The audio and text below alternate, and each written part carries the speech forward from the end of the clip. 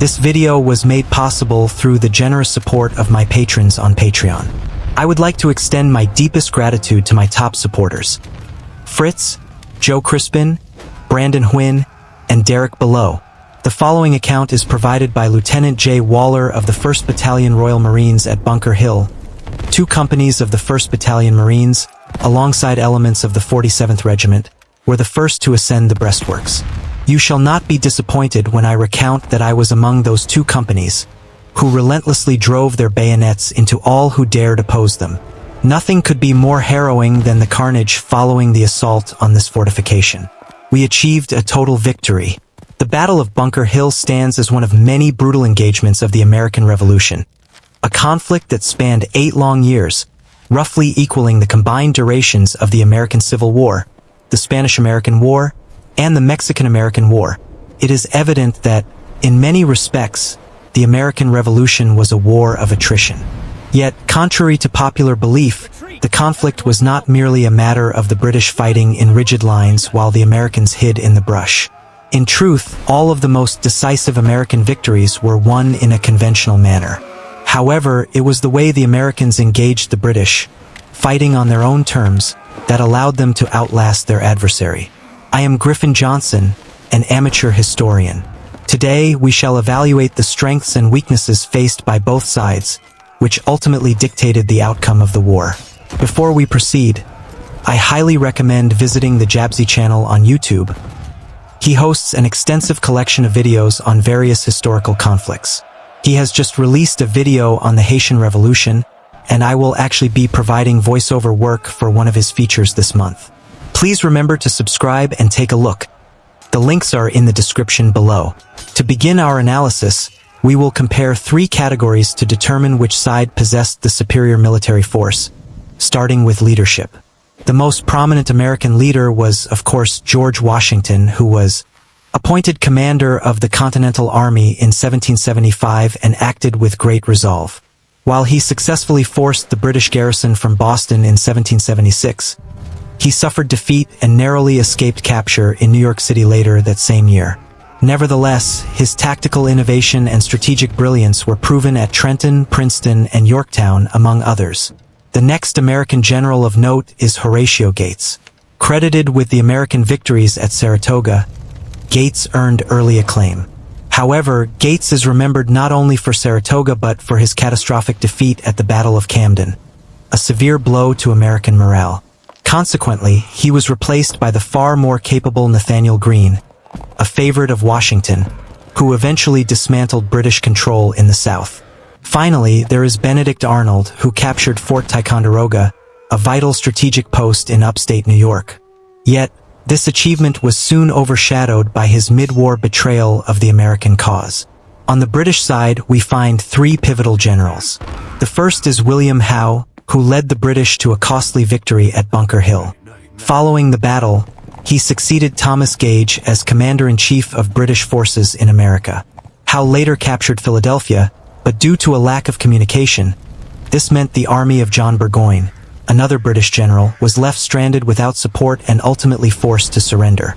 Shortly after Howe's miscalculation, he was replaced in 1778 by Sir Henry Clinton, who served as Commander-in-Chief for the majority of the war.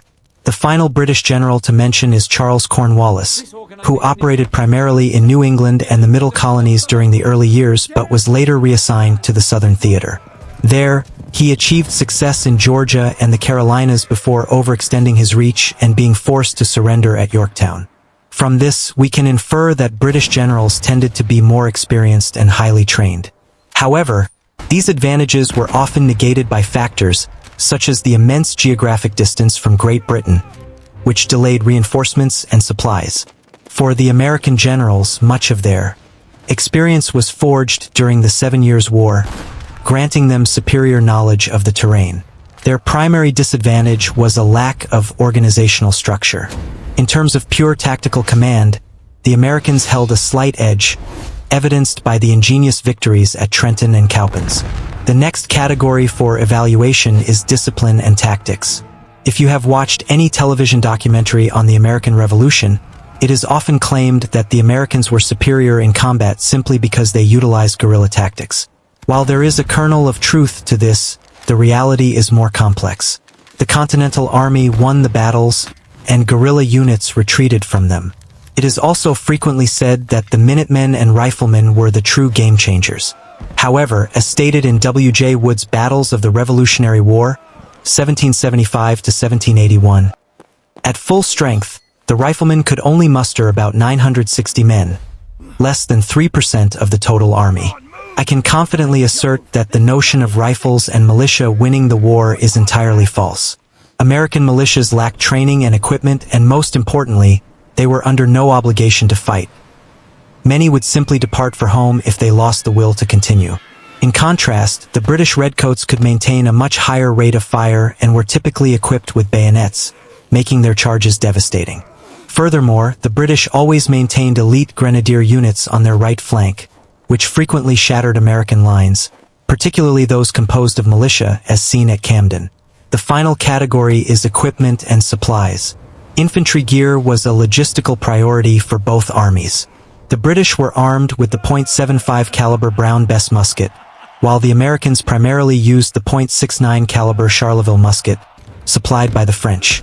Both sides employed riflemen, but the Americans are more famous for them, specifically utilizing the notorious Kentucky long rifle. Thus, we see that the only significant difference between the two forces lay in logistics. British supply lines were precariously thin for much of the war, forcing them to remain near ports for reinforcements and provisions. This constraint prevented the British from pursuing American forces deep into the interior. Even when the British held captured ports, it took 1 to 4 months for supplies to arrive. Despite these British logistical hurdles, the American situation was no better. This was starkly evident at Washington's camp at Valley Forge, where approximately 2,000 of his 12,000 soldiers perished from malnutrition and disease. Such losses were common in the Continental Army, at least in its early stages. For this reason, the British held a slight advantage in supply. In summary, the British possessed better discipline, superior equipment, and capable generals, while the Americans lost more battles, suffered from shortages, and lacked training, compensated only by a few brilliant leaders. How then did the British fail? We are overlooking two crucial factors: war support and overall strategy. Regarding war support, the Patriot cause enjoyed significant backing in the colonies. The ideal of political independence was far more compelling than loyalty to the crown, particularly in the North, where British financial restrictions strangled American merchants. As the war progressed, the British were increasingly viewed as foreign invaders, a sentiment galvanized by the actions of officers like Banastre Tarleton. Nevertheless, the Patriots never fully controlled the American countryside, as a core of loyalists remained. Internationally, the American cause found wide support from France, Spain, and the Netherlands, though this stemmed more from a desire to check British dominance than an affinity for Republican ideals. Key figures like Baron von Steuben and the Marquis de Lafayette were instrumental in reforming the American military. A fascinating detail is that the largest battle of the American Revolution actually occurred at Gibraltar.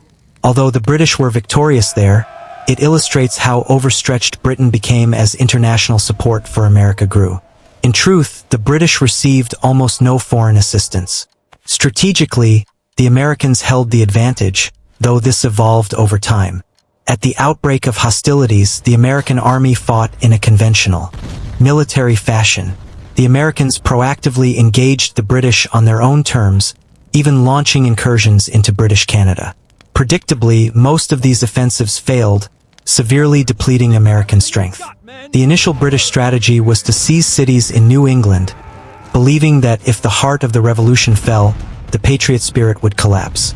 Though they occupied much of New England, their coordination was poor.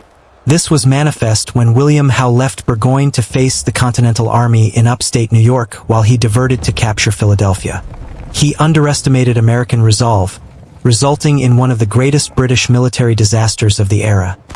Burgoyne lost his entire army and was taken prisoner. Howe also discovered that despite Philadelphia's fall, the Americans had not lost the will to fight. Realizing his strategy was ill-suited for the Americas, he resigned, passing command to Henry Clinton. The second phase of the war shifted to the South after Clinton realized the North was too heavily populated by patriots. Washington and Nathaniel Greene adjusted their strategy following the victory at Saratoga, but unfortunately, Horatio Gates failed to learn the same lessons. Gates engaged Cornwallis in a direct confrontation and suffered heavy losses, leading to his replacement by Greene. Cornwallis and his staff, emboldened by victory, pushed deep into Georgia and North Carolina. However, having learned from previous errors, Greene slowly drew Cornwallis away from his supply lines through constant skirmishing. Eventually, Cornwallis was forced to abandon the campaign and retreat to the port of Yorktown, where he was blockaded by the French Navy while Washington lay in wait. By viewing the American Revolution merely as a contest between British and American soldiers, one gains only a fragmented perspective. The initial evidence favors the British. But when one considers the tens of thousands of foreign troops and supplies that bolstered the Americans, combined with brilliant new strategies, it becomes clear how they endured until British resolve finally broke. Although Cornwallis was captured and his army lost, the British could have sent another force. They chose not to because support for the war had evaporated. It was for these reasons that the British suffered such a definitive defeat.